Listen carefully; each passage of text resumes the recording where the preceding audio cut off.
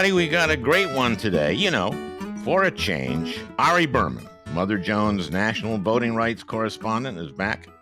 This time to discuss how Republicans in Texas are attempting to add 5 new gerrymandered seats for the upcoming 2026 midterms. That's unusual. Usually, seats are gerrymandered at the beginning of decades after the nationwide census, but President Trump himself called Governor Greg Abbott and told him that Texas needed to add 5 Republican seats mid-decade. This is all about who will control the House of Representatives after the midterms. Texas Democrats fled the state to prevent Republicans from having a quorum to change the maps. California Governor Gavin Newsom says he will fight fire with fire and add 5 Democratic seats before the midterms. It's getting crazy. Other Republican states like Ohio, Missouri, Indiana, and Florida have threatened to do likewise. And as you'll hear Ari explain, Democrats may be able to add some seats in states like Illinois and New Jersey, but only a few. New York won't be able to until 2028. And ultimately, Democrats will lose this battle. So the midterms better be a way for the Democrats. Right now, Trump is underwater in the polls, but there's a long way to go till next November. And it doesn't help that the Democrats are underwater too. I guess no one is particularly happy with anyone. Trump continues to shake down TV networks, universities, law firms, and corporations. Harvard looks like it's about ready to fork over $500 million to save its $9 billion in federal research contracts. NVIDIA is paying the U.S. government 15% of its revenue from chip sales to China. So Trump is exerting his power to get the federal government some more cash flow in ways that we've never seen before. And what really worries me is how easily he's abusing this power and how quickly these major organizations are folding. Republicans, of course, aren't speaking out against this, and it doesn't seem Democrats can do much.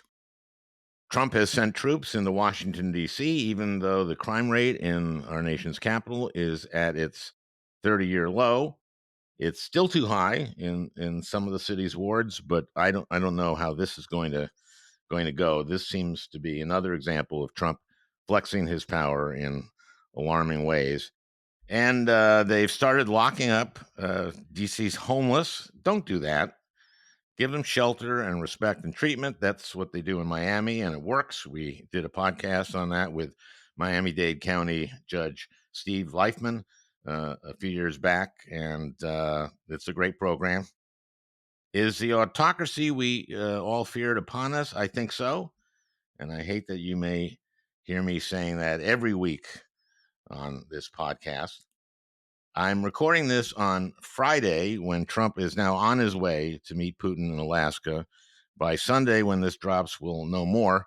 But I'll make a prediction. Putin is not going to make any concessions for peace unless he's getting a lot of land. My hope for this, not a prediction, my hope is that the next meeting is between the 3 of them, Putin, Trump, and Zelensky, but I wouldn't bet on it. Yeesh, I guess gerrymandering doesn't sound so bad anymore. Well, Ari Berman is with us. We got a great one today, for a change.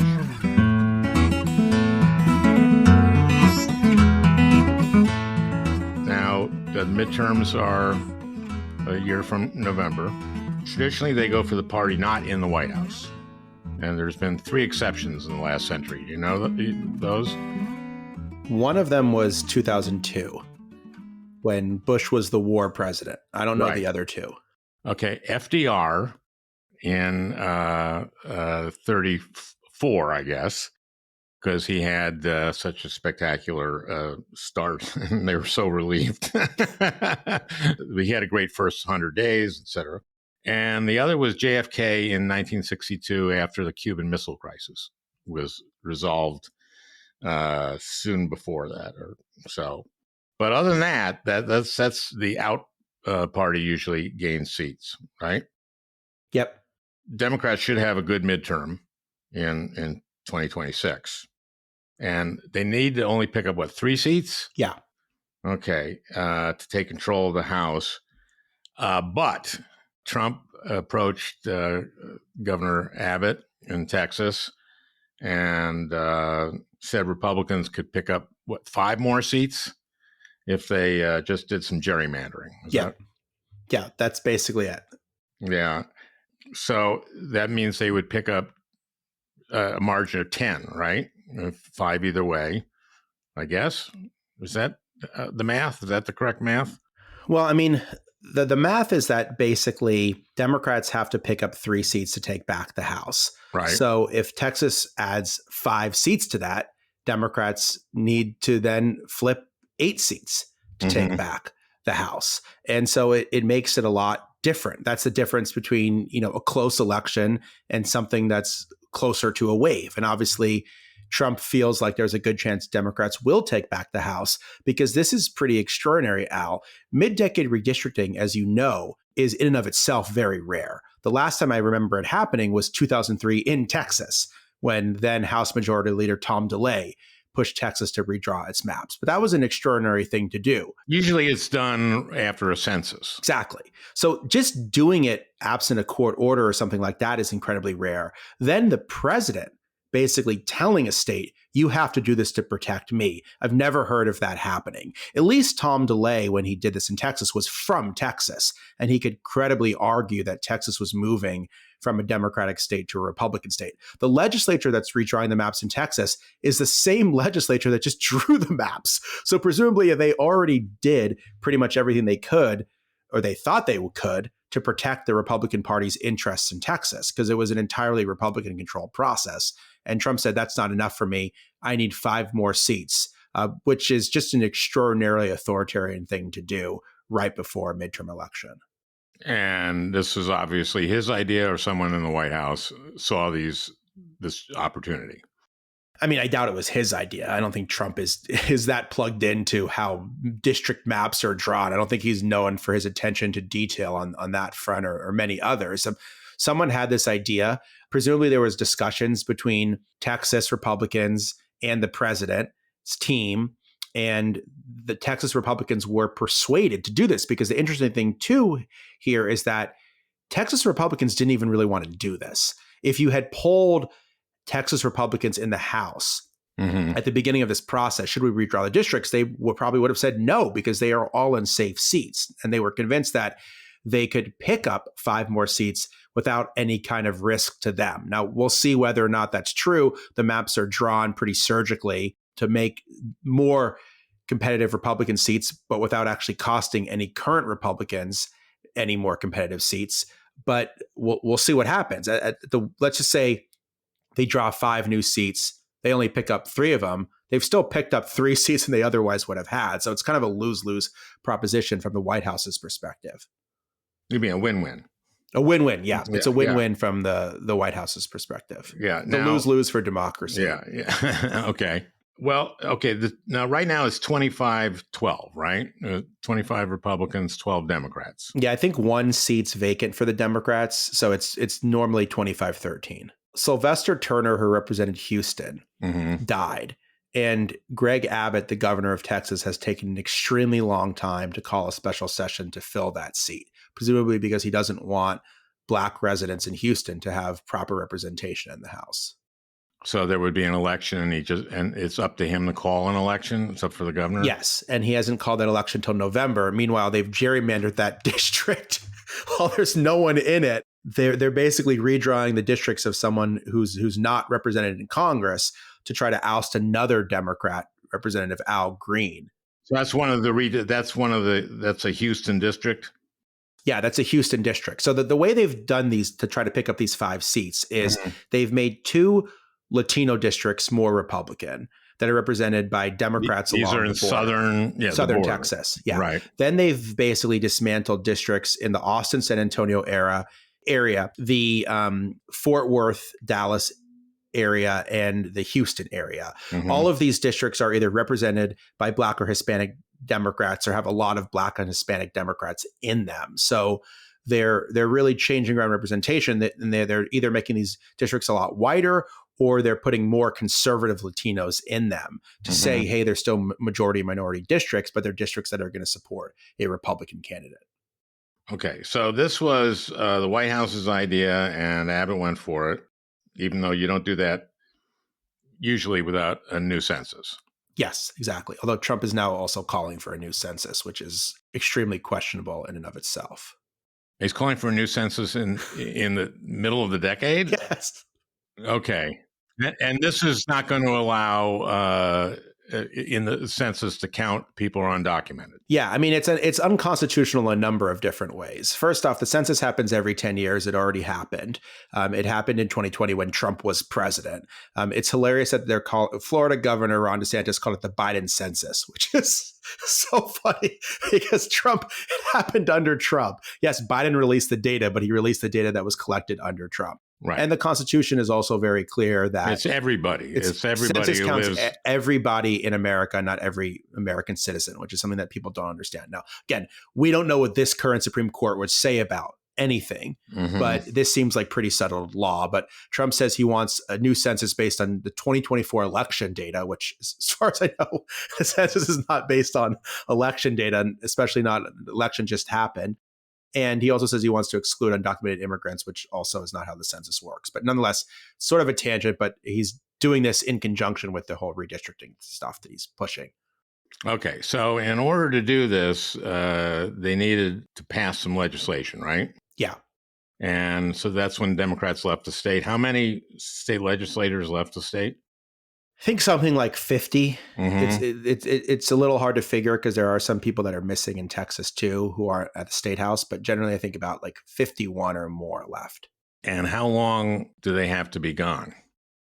Well, that's an interesting question because thank you. Initially, it was you're always interesting questions, Al. Initially, it was going to be August 19th was the end of this special session, and they were going to stay until then. And then the governor was presumably going to call another special session. Now they're saying they're going to gavel out of this current session early, immediately start another one to try to put pressure on Democrats to come back. They've threatened Democrats with all sorts of stuff to come back, trying to call other sessions, saying they're going to get the FBI involved. Can the feds do this? Can the FBI go arrest these legislators? Well, I mean, presumably there would have to be some sort of crime committed because leaving the state is not a crime. And they have a constitutional right to do this. So there would have to be some sort of crime committed. The Texas Republicans claim that they're violating some kind of bribery statutes because they're being fined $500 a day and people are fundraising to cover those fines. But it's not a quid pro quo. They left and now they have to pay it back.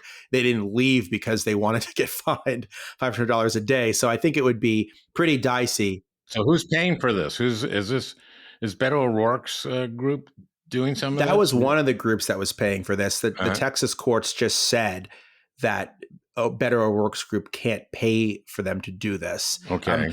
I mean, if things go to the Texas courts, I don't know how confident anyone is about what the Texas courts will do because the Texas courts are dominated by Republican appointees, including appointees of the current governor. So no one knows exactly what will happen, but the courts have ruled, for example, previously that these kind of quorum breaks are constitutional.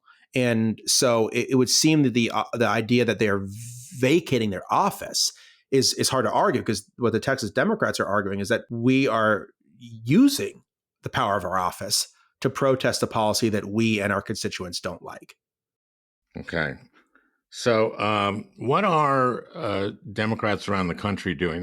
What's the reaction been in states like, well, California, for example, Newsom is going to respond, right? Yeah. I mean, they're saying they're going to fight fire with fire. It's not like the size of the flames are not equal, and the ability to set the fire out is also not equal. But what California most notably is having the most direct response, which the governor is going to call a special session of the legislature. They're going to pass new maps. Now, they have an independent redistricting commission, unlike Texas. So California voters are going to have to approve whatever the legislature comes up with.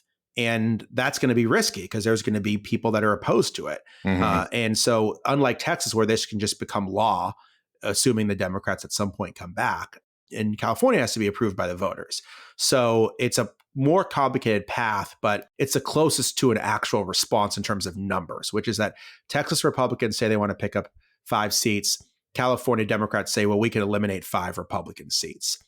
The problem is after that, because Republicans have other states that are going to follow. Florida, Ohio, Indiana, Missouri. I mean, they say they could pick up a dozen seats. Democrats don't have a dozen seats to flip. I mean, even if they wanted to be as ruthless as possible, they're either bound by independent commissions that they can't get around, or they just don't have enough seats that they can flip in places like Massachusetts or Illinois or the blue states. Now, Illinois is already pretty gerrymandered. Illinois is already pretty gerrymandered. I mean, Democrats control 14 of the 17 districts there. So they could potentially flip one more seat, but you're talking about like maybe one here, one there. There's no way Democrats could draw a dozen new districts mid-decade like Republicans say they can. So this is not looking good in terms of if we go to war this way, state by state. Well, I mean, I get why Democrats want to respond, that it's not fair to have one set of rules for one party and another set of rules for another party. But I think there's just a practical problem, which is that they don't have as much power at the state level as Republicans have, meaning they can't do that kind of gerrymandering as well as Republicans. What about New York? What's the deal in New York? The problem with New York is that because of the independent commission, they can't get around it unless they amend the state constitution. And they can't amend the state constitution in one election cycle. So the earliest they could draw new districts would be for the 2028 election. So it's too late. It's too late. No one's been able to come up with a plan that I've seen in New York yet to do this. New York is a place where they could maybe pick up 2 or 3 more seats. But the thing that worries me is that if you get in a gerrymandering arms race, it's going to be bad for democracy in general. That's why Democrats wanted to ban gerrymandering in states and nationwide. But also Democrats are going to lose that battle at the end of the day. So I think people should just be a little bit more realistic of how this process is going to play out. I know a lot of Democrats are excited that California is doing this and the gloves are off. But ultimately, I think the bigger picture here is Republicans just have a lot more opportunity to gerrymander than Democrats do. So the gloves are off in a fight that we can't win. Basically. I mean, I think that's a good way to put it. Like Democrats can maybe like get a little less bloodied, they could land some punches, but like they're probably going to get knocked out at the end of this fight. Okay. Now, what is Eric Holder? Because Eric Holder has been chairing, what's the National Democratic Redistricting Committee? Yeah. They were very much against gerrymandering. Yeah. I mean, they wanted to make maps fairer because they felt like in a fairer system, Democrats would have a good chance to win. And that's proven true in places like Wisconsin and Michigan, where they've been able to unrig some of these maps. But Holder's position is that short term, Democrats need to respond because it's not fair to have one set of rules for one side and a different set of rules for another, but ultimately that he thinks that this should be only a short-term policy. I think he said it's like the Germans have invaded France when confronted with an authoritarian anti-democracy effort, we have to take up arms. Yeah, he used another World War II analogy when I talked to him. He said it was like FDR's meeting with Stalin. That was the only way to end World War II. And so you kind of have to get in bed with the devil. But I think he's, again, in my conversations with him, I think he thinks short term they have to do this, but long term he's apprehensive about where this ultimately takes us. Right. So this is U.S. Representative Sylvia Garcia said this: Republicans are motivated not just by political expediency, but by a broader desire to weaken the Voting Rights Act, which prohibits electoral changes that discriminate against voters of color. That's definitely been what the Supreme Court has been doing over the years, right? Yeah, exactly. I mean, first, they gutted the Voting Rights Act. They ruled that states with Texas, with a long history of discrimination, don't have to approve their voting changes with the federal government. That's Shelby County? Shelby County. Explain that if you could. So after the Voting Rights Act was passed, the president and the Congress were fully aware that if you banned a poll tax or a literacy test in a place like Alabama, they were just going to try to pass another one. So to prevent that from happening, they said that those states with a long history of discrimination, places where Black voters had low registration rates and a history of facing things like literacy tests and poll taxes, that those states had to approve their voting changes with the federal government. This was known as Section 5 of the federal government. And this was the strongest part of the Voting Rights Act. Now, when the Voting Rights Act initially passed, it was a very lopsided victory, right? Yeah. I mean, it took a long time to pass, and obviously it was the culmination in many ways of the civil rights movement. 65 is when it passed. But there was really huge support after Bloody Sunday in Selma and the beating of John Lewis and so many people on the Edmund Pettus Bridge. When Americans saw that, they were disgusted. And there was very strong bipartisan support for the Voting Rights Act. Pretty much the only people who opposed it were segregationist Southern Democrats. Yeah. And so it had very broad support. The fact that it was shepherded by LBJ, a white Southerner who had previously opposed civil rights laws, it meant something when he made the case for it. He had authenticity because he was a product. Well, he had passed the 64 Civil Rights Act. Yeah, but he was also someone who had voted against a lot of civil rights bills when he represented Texas in the Congress. So he was someone who could speak authentically about not just the Black experience in the South, but the white experience in the South. And so he really wanted this to be as strong as possible. And the strongest part of it was that you could block discrimination from ever occurring.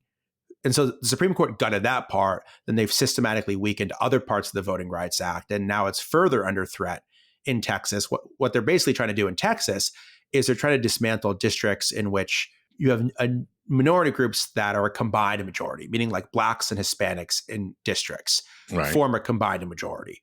Those were thought to be protected under the Voting Rights Act. Now what the Department of Justice is arguing is that they're not protected under the Voting Rights Act, which makes it a lot easier for Republicans to try to dismantle districts that are represented by Democrats in places like Houston or Dallas or Austin, in which you have Latinos, African Americans, Asian Americans, other minority groups together forming a combined majority. So I don't get that. What would the Supreme Court have to do to undo that? Well, the Fifth Circuit Court of Appeals ruled not too long ago that these coalition districts, they call them, these coalition districts weren't protected under the Voting Rights Act. The Supreme Court has not reviewed that decision yet. But in the interim, the Department of Justice is pointing to the Fifth Circuit as the final word on this, saying these districts aren't protected. So that's one way that the redistricting scheme in Texas potentially violates the Voting Rights Act. Not to mention there's this broader effort to try to kill the Voting Rights Act altogether and prevent it from striking down racially gerrymandered maps. And that's like the Louisiana case that might be coming up? Exactly. I mean, this was also an unusual situation where Louisiana was told to draw a second majority Black congressional district. Right. This followed Alabama being told to draw a second majority Black congressional district because of a ruling by the Supreme Court.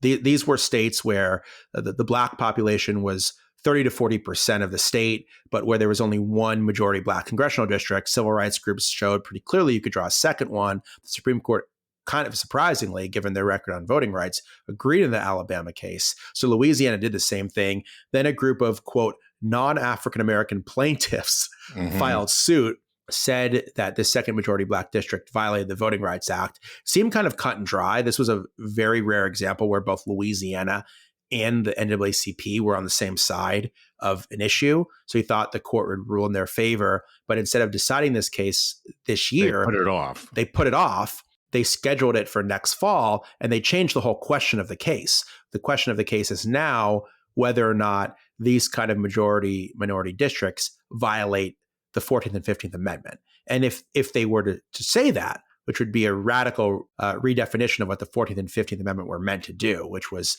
to give rights to formerly enslaved people, that would be kind of like the final blow against the Voting Rights Act, because it's been weakened in so many other ways. Because right now, basically, Shelby County, or what was the?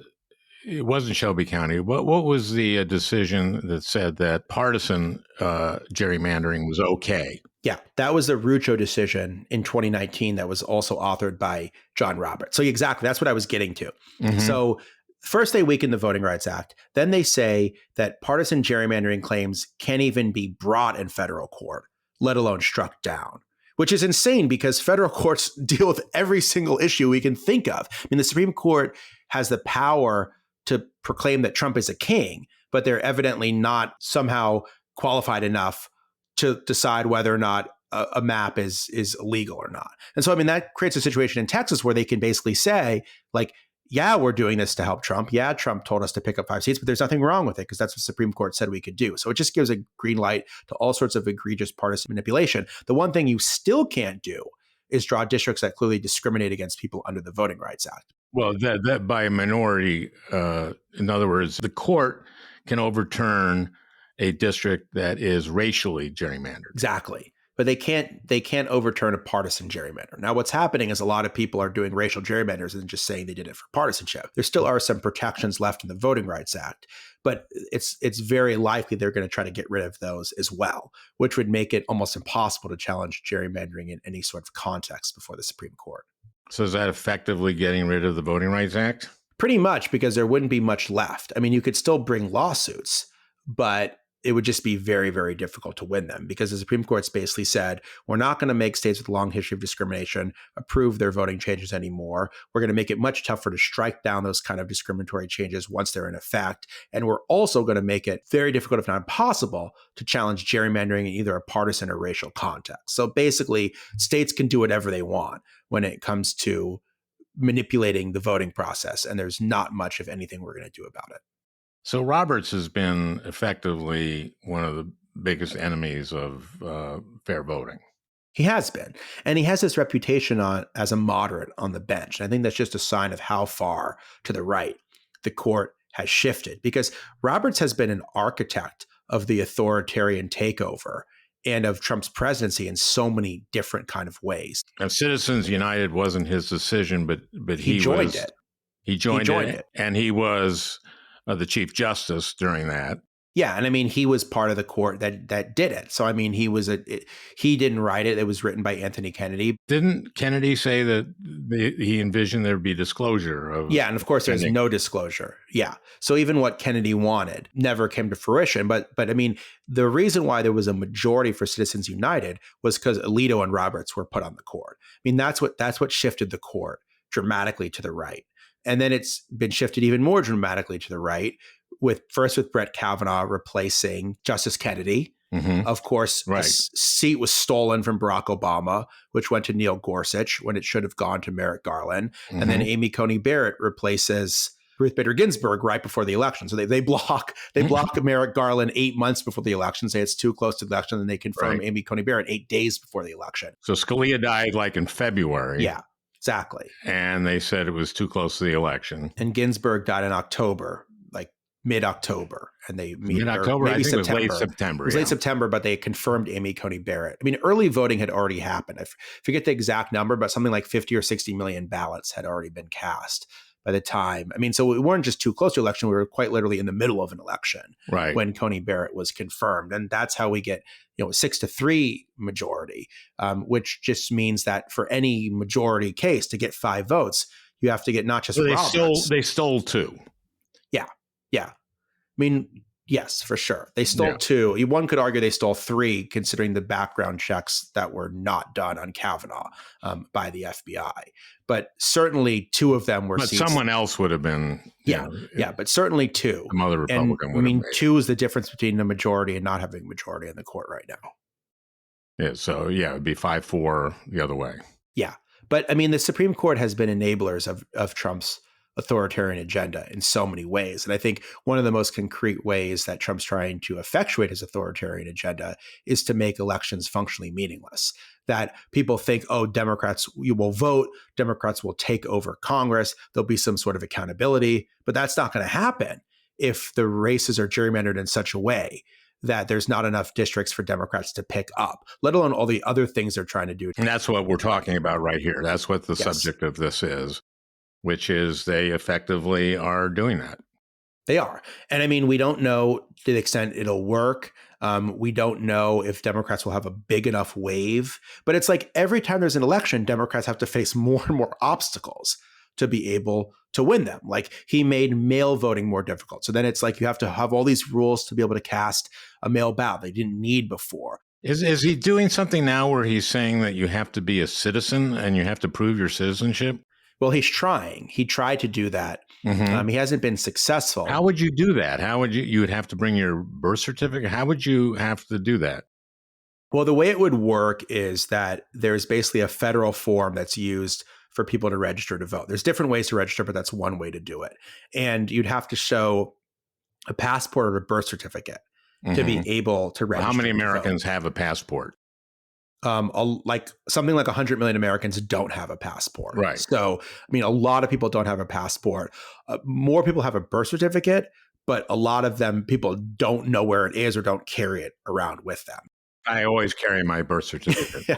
I know whenever you go to a farmer's market and talk to the League of Women Voters, you have your birth certificate on you. But the point is that, I mean, you can get into the argument about voter ID and what should people need a driver's license to register to vote or to cast a ballot. And I think there's cases against that. But the point is that 90% of people still have that kind of documentation. It's also something that you carry around with you on a regular basis, right? Right. This is beyond voter ID. They're asking for documents that people don't have, that cost money to obtain, that you don't carry around with you on a regular basis to be able to register to vote.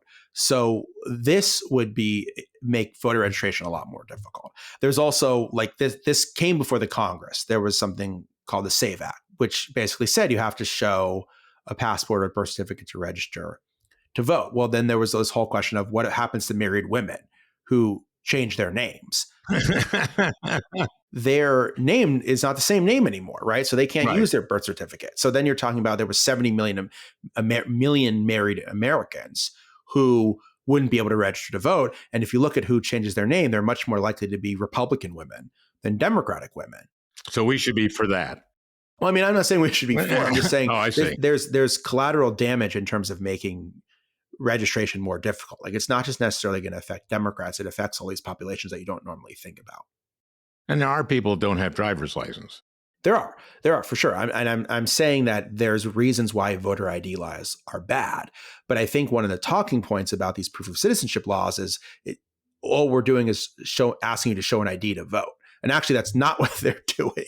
They're asking you to show a piece of documentation that's a lot harder and a lot rare than just showing your driver's license. So how many states have voter ID now?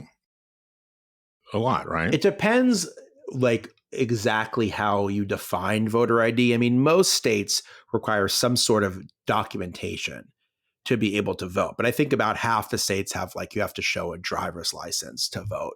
Some of them are stricter than others. Like some of them, if you don't have an ID, you can sign a document attesting to who you are. In other states, you can show student IDs or other kind of IDs, or you can show like a utility bill. Yeah, like I don't really have a problem with those kind of laws that say like you can show a utility bill or something like that. And I think most people can comply with those kind of things. The problem is for people who don't have these IDs for one reason or another, it becomes very problematic because then you need underlying documents often to get an ID, like a birth certificate or something like that. And often if you don't have those kind of IDs, you're going to have a harder time getting those underlying documents. And then you have to pay for them. And then it starts talking about, paying to vote and starts bringing to mind things like a poll tax. So I think that's why there's voter ID laws are problematic. But what they want to do right now is much worse than just that.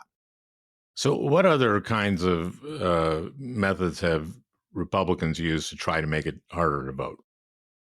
Well, they went after mail voting a lot after the 2020 election because that was the method that was used more by Democrats in that election. But then they're still doing things like cutting back on the number of early voting days, closing polling places, purging the voting rolls. I mean, right now what the Justice Department is doing is they're going around asking states for all of their voting data, which brings to mind remember when Trump created this election integrity commission? Well, this was after the 2016. So Hillary won by about 3 million votes in terms of popular vote. She lost the election. Okay. Yeah. Trump was convinced that he had actually, he wasn't, I don't know if he was convinced or he was just lying, but he said that actually he won the popular vote.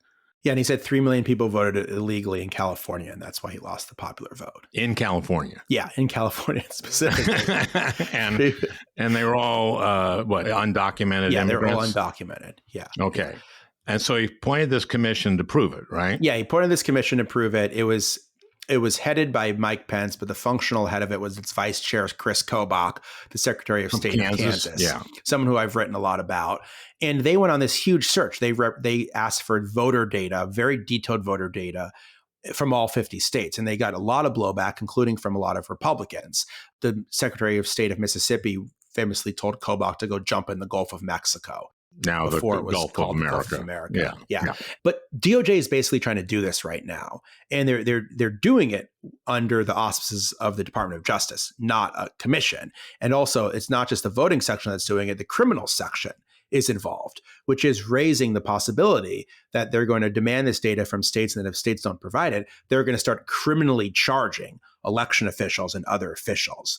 And so I think we should expect that the Department of Justice is going to get much more involved in Trump's election interference claims. Remember, I said there was Department of Justice letter to Texas that kicked off this whole special section that Trump said he wanted 5 seats, but the official reason for it was this Department of Justice letter saying these coalition districts violated the Voting Rights Act. And no one actually believes that's true. It was very unusual for the Department of Justice to get involved in the Texas redistricting because there was no litigation. Actually, in fact, the Biden's Justice Department had sued the state of Texas for the opposite reason, claiming they were violating the Voting Rights Act because they gave too little representation to voters of color. And then the Department of Justice turned around and basically said, because you complied with the Voting Rights Act, which is quite debatable in and of itself, you actually violated the Voting Rights Act. So, I mean, that was a pretty remarkable intervention by the Department of Justice. And I think what I'm saying is that's kind of just the beginning of how I believe they're going to interfere in the midterms. You say that's the beginning of how they're going to interfere in the midterms. What's the rest of it? Well, I think they're going to really lean on states to try to purge their voting rolls. And they're going to file lawsuits to force states to purge their voting rolls, which could lead to disproportionately Democratic communities removed from the rolls. Is part of purging donor rolls is like spelling errors and that kind of thing, like someone's name is spelled wrong? Yeah, I mean, if it's not done in a scientific way, and what they're doing right now is they're running the voter rolls in states where they have access to them through these Homeland Security databases that are not designed for that purpose, to try to flag all these cases of non-citizens that in fact are not what they appear. And that's going to have the effect of both saying, sort of giving credence to Trump's claim that people are voting illegally, which is not true, but also put pressure to remove people. Those people that are going to be removed are more likely to be people who are immigrants. Whose names can be spelled wrong. Yeah, I mean, they're not all going to be Democrats, but they're going to be more likely to be Democratic voters than the average voter in rural Missouri, for example. Mm-hmm. So, I mean, I think you're going to see the Justice Department do that. I think you could very likely see the Justice Department criminally charge election officials to put pressure on them to do things the administration wants, whether it's closing polling places or removing people from the rolls or cutting back on access to the ballot in a variety of ways. I mean, we've seen Trump get pretty involved in the election process. Remember, he tried to basically dismantle the entire post office because he didn't like how mail voting was going. Now, we had a pandemic in 2020, so it made sense for people not wanting to go to on election day, stand in line for a long time with other people. I know, but Trump, exactly. But Trump has not been shy about meddling in the election process. Right. And now he's become more aggressive about meddling. The Texas redistricting is just the latest example of that. And his administration is filled with enablers who are willing to meddle for him, because I think that's the biggest difference between the first Trump term and the second Trump term. It's not that Trump himself has become more authoritarian, or although I think he has, it's that he's replaced any kind of people that would stand up to him. He learned his lesson from the first term. Exactly. I mean, there was people like Bill Barr who were extremely conservative, who lied about the Mueller report. Yeah, I mean, they were able to. They did a lot of cover for Trump. I mean, what I was going to say is like they were willing to embrace a lot of sketchy, possibly illegal, very likely authoritarian things, but there was a limit to how far they would go in terms of trying to overturn an election, breaking every single democratic norm, right? And he's gotten rid of all those people. And Barr actually said there was no cheating in the election. Yeah, and now now the Justice Department is being run by people who helped bring those arguments, by people like Pam Bondi, the Attorney General, who helped Trump try to overturn the election. The head of the Civil Rights Division is someone who helped Trump try to overturn the election. The head of the FBI is someone who tried to help Trump overturn the election. I mean, all the people that tried to overturn the election are now in power, basically. And instead of trying to overturn an election again, they're just trying to rig it on the front end so they don't actually have to overturn it. And we'll be keeping an eye on that stuff. Yeah, I mean, yes, we'll be keeping an eye on that stuff. But again, I mean, it's like the threats keep metastasizing because I've been working on this very long article about how Republicans are rigging the midterms. And when I started writing about it, mid-decade redistricting was something that was barely on my radar in June. I mean, Right. I thought, well, maybe I knew there was a few states that because of court orders might have to do this. But this idea that suddenly states like Texas would just jump in for no good reason other than Trump wanting them to, that wasn't something that I even thought was on the radar. And this was literally Trump calling Abbott and saying, Yeah. do it. I mean, so that like these threats keep coming out of left field. Like we can predict some of them, but then there's things like that like are laughed at and dismissed. Like they'll never do that. They'll never do like just a mid-decade redistricting because Trump wants them to. Well, now they're doing it. They'll never do like a new census. Well, now Trump says he's doing it. Again, who knows if it actually happens? It's probably illegal, but that doesn't mean they're not going to go forward with it. So, I mean, I think the point is that when they say they're going to do these things, you kind of have to take them seriously, that they're going to actually push them, and that it's not just going to be one state or one place that's affected, that it starts this kind of domino effect. Oh, my God. It is a disturbing time, isn't it? It is. And I mean, the hope is that people will see through these things, right? And that ultimately the efforts to try to rig the election system will push up against the popular pressure and the disgust with the administration that people are feeling. But the thing that I worry about is that structural barriers become so high that popular expression won't be able to overcome that. I don't think we're at that place yet, but I think that's what we have to be concerned about. And so people say like, oh, it's okay, like the midterms will turn out all right, there'll be this blue wave. Like I think we have to understand that like the White House is going to do everything they can beyond just this one tactic to prevent that from happening. As far as the blue wave, the big beautiful bill, some of the worst stuff won't be taking place before the election, before the midterm, right? Yeah, I mean, stuff takes a while to go into effect. I mean, the Medicaid cuts, for example, yeah, people won't lose their Medicaid before this midterm. Yeah, and I mean, Trump's also doing things like firing the person who does the job numbers so that things won't appear as bad as they seem. That's a bad precedent. That's a very bad precedent. Yeah, I mean, so there's a lot that can happen between now and then. I don't think we should just count on an automatic blue wave, but I think it's fair to say that Trump has become more unpopular over time. His approval ratings are underwater on every single issue, even issues that were winning for him, like immigration. On immigration, he's underwater now. He's overplayed his hand. People are saying that people that are being sent out of the country are people who've been here for 40 years and have worked and paid taxes and contributed to our country and haven't done anything illegal other than be here and not documented. Yeah, and I mean, I think people see that. They're unhappy about the tariffs. They're unhappy about the economy. I think if you ask most people, has your life gotten better under Trump? A majority of the public say it hasn't. And they're worried about the same kind of things that they were worried about under Biden, which is cost of living, things like that, quality of life. And there's a sense that Trump, I mean, the thing that people thought about Biden was that he was too old. He wasn't paying attention to their problems. With Trump, it's like he's creating one chaos situation after a next, but he's not actually doing anything about the reasons why people elected him. So, I mean, there's still a very good chance there's going to be some kind of backlash. But if you're telling me Democrats have to pick up 3 seats to take back the House, or Democrats have to pick up 10 seats to take back the House, then it becomes a much different story. Right. And also isn't the Congress a lot, aren't there fewer seats that are up for grabs? Yeah, I mean, I think you could throw out a lot of the previous data because there's fewer competitive seats, period. That's what I meant. So, I mean, gone are the days where like there's 100 competitive districts. I mean, the number of competitive districts keeps getting smaller and smaller. And now that's becoming even smaller if you're taking potentially competitive seats off the board. And why is that? Why have the number of competitive districts gotten smaller and smaller? Is that because America is separating? I think part of it is partisan gerrymandering, that in both blue and red states, they've made the districts as safe as possible. Part of it is political polarization. Part of it is a lack of ticket splitting and just a lack of states being competitive in general, right? What do you mean by I know what you mean by ticket splitting, but explain why that's happened. It used to be like a situation where like, yeah, you might vote for a certain kind of president, but you might vote for a different party. for the Senate or a different party for the U.S. House. Right. And that's happening less than it used to be, right? And there's states like Iowa, for example, where it was a swing state, went back and forth. There was always, as you know from being in the Senate, always had one Republican senator, one Democratic senator, usually had 2 or 3 members of one party, 2 or 3 members of the other party. Now it's a situation where it's all Republican, right?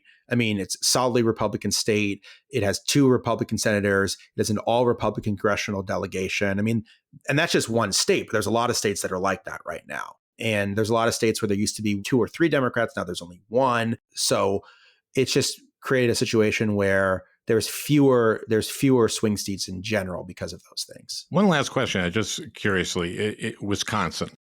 Yeah. Wisconsin, they kept their Democratic Supreme Court. Yeah. And it's a gerrymandered state. It was gerrymandered way back in 2011 or something like that. Yeah. And it's a 50-50 state. It's the closest state in every presidential election. But still, it's like 6-2 or something like that in terms of the Congress. In Congress, in the House. Are they going to be changing that? They might. I mean, the progressive majority in the court struck down the state legislative districts. So Right. There's going to be competitive races for the legislature, and Democrats could pick up potentially one or both chambers this fall. But they haven't struck down the congressional map yet. And it's a little bit curious why they haven't done it. But there's been a lot of lawsuits filed directly before the court. Maybe the court wants to go through the normal political process, the lower courts, before they hear this. Because, I mean, one of the arguments against that all the Republicans are making about this court was that, it was just like an arm of the Democratic Party. And I think maybe they wanted to have some separation there. Mm-hmm. I will say that I think if there was a conservative majority on the Wisconsin Supreme Court, they would not be acting as deferential and as cautious as the progressive majority is right now. So these midterms, that won't be changed. It seems unlikely, but it's still possible. Okay. Well, so this is an interesting time for you. Yeah, busy times. Uh-huh. Okay. And anything we should be keeping an eye out for that we haven't discussed? Well, just that the redistricting battles are going to spread to other states. That's going to be a real free-for-all. And I think it's just important to not normalize this. And I think in particular, when California responds to Texas, there's going to be a lot of both sides are doing it. Right. In the media. And I think it is fair to say that both sides have gerrymandered in the past, although I think it's also fair to say that Republicans have gerrymandered a lot more than Democrats have, because Democrats have tried to ban gerrymandering at the state and federal level. But I also think it's important to point out that mid-decade gerrymandering is what's happening now, which is totally different than regular gerrymandering. And also that Trump is the one inciting the mid-decade gerrymandering. So, I mean, if Democrats respond to what Republicans are doing, that doesn't make them the same as the Republicans who started in the first place. And so I am worried about a lot of false equivalence happening here. And even the talking points from the Republicans are, oh, well, yeah, Texas, but look at Illinois or look at Massachusetts. But people forget there was a bill before the Congress, the Freedom to Vote Act, that would have banned this kind of partisan gerrymandering. And every Democrat but 3 of them voted to ban it. And every Republican voted against it. And that was like Manchin, Sinema, and then for very specific reasons, Benny Thompson from Mississippi. And so, I mean, the parties are different on this issue, and I don't think we should sort of act like they're the same, which is one thing I'm afraid that a lot of the media is gonna try to do when California gets involved in this. Okay. Well, thanks, Ari. Thanks so much, Al. Great to talk to you again. You bet. Well, I hope you enjoyed listening. That beautiful music is by Leo Kottke, the great Leo Kottke. I want to thank Peter Ogburn for producing this podcast. We'll talk again next week.